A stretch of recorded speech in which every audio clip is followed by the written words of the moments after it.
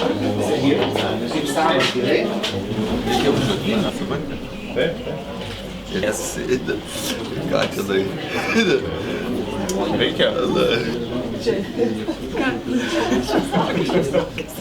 Gydytojai turės galimybę atlikti magnetinio rezonanso tyrimus. Nereikės keliauti į Vilnių, Kauną, Panevėžį ar dar kur nors toliau, kur tik tai gali pasirinkti, o galės būtent čia greitai ir efektyviai tirti ir gauti diagnozę ir priimti sprendimus. Tai norėčiau pakviesti Utenos rajono merą Alvydą Katiną tarti trumpą arba ilgą žodį. Aš džiaugiuosi. Kiekvieni nušvitę langai yra mieste ir šiais laikais yra džiaugsmas, kiekvienas naujai atgijęs patalpos. Tai čia toks, sakysime, buitinis džiaugsmas.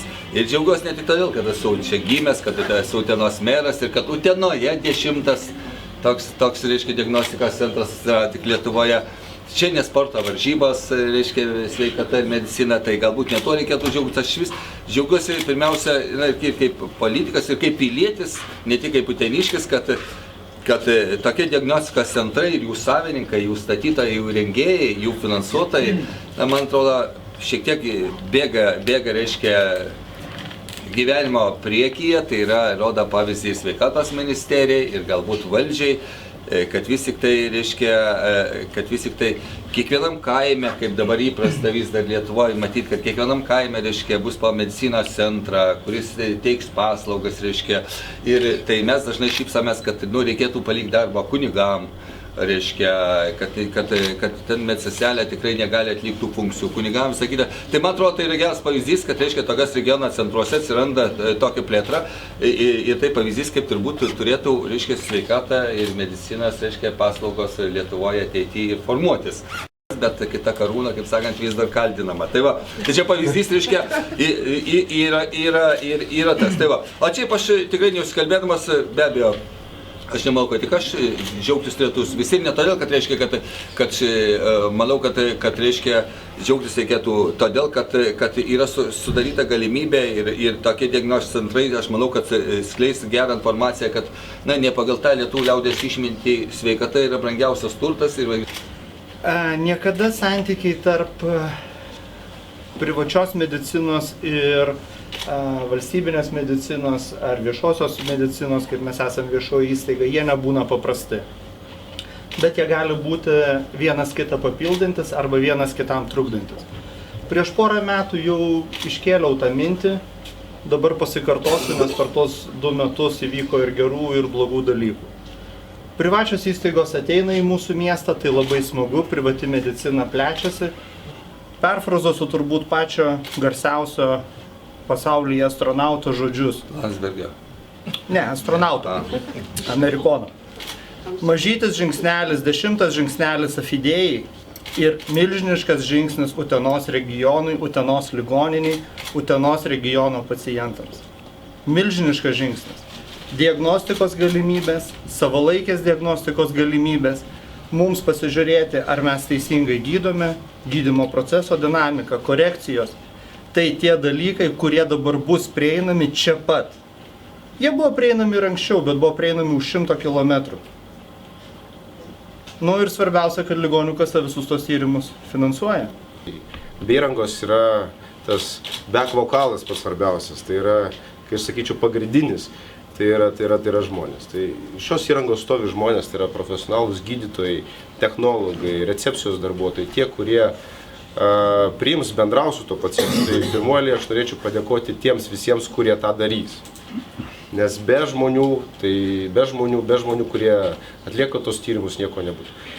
Kitas dalykas, kam iš tikrųjų Afidėja dėkoja, tai yra novatoriškam savivaldybės požiūriui, kad viešas ir privatus sektorius gali turėti sėkmingą bendradarbiavimą ir sinergiją.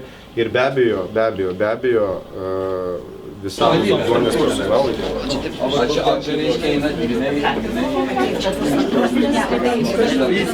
Pasižiūrėjimo principas, čia nėra rentgeno spindulių. Magnetos be rentgeno spindulių. Jau štai vadinasi magnetas.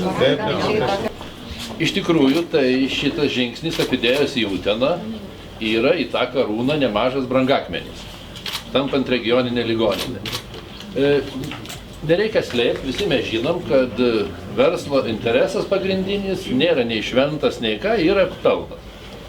Tačiau mes turim labai ilgą patirtį, dirbdami su šitą firmą, reikalingo žmogui.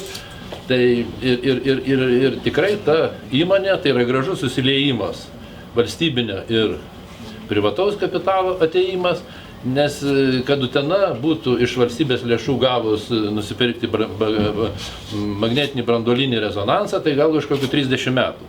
Ta paslauga reikalinga dabar. Ir Utenos regiono žmonės šitą paslaugą gaus.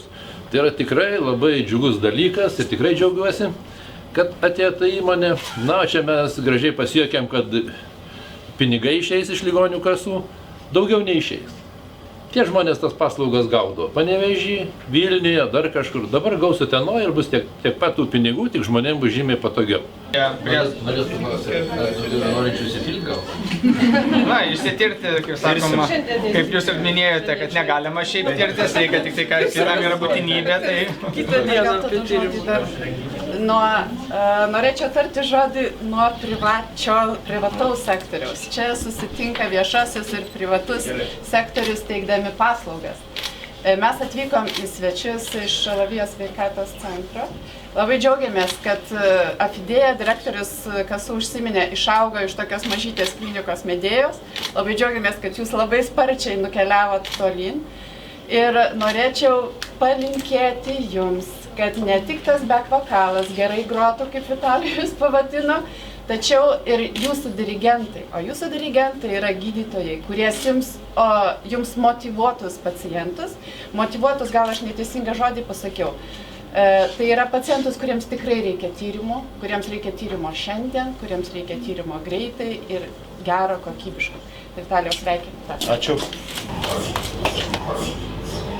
Labai reikalingas toks yra metodas tyrimo, kadangi, suprantat, kompiuterinė tomografija mums neišsprendžia daug problemų. O čia, kada yra diagnostinė visokie atvejai, labai neaiškus yra. Pavyzdžiui, mūsų chirurgus domina pilvo įvairūs tyrimai, kurių mums kompiuterinis tomografas neišsprendžia, ir ypač labai sąnarių tyrimai. Traumatologams būtinai yra reikalingi. Ir tiesiog visų chirurgų, traumatologų vardu. Tai aš labai patenkintas ir sveikinu juos, kad jie įsteigė, padarė ir Utenos rajono žmonėm išspręs daug problemų.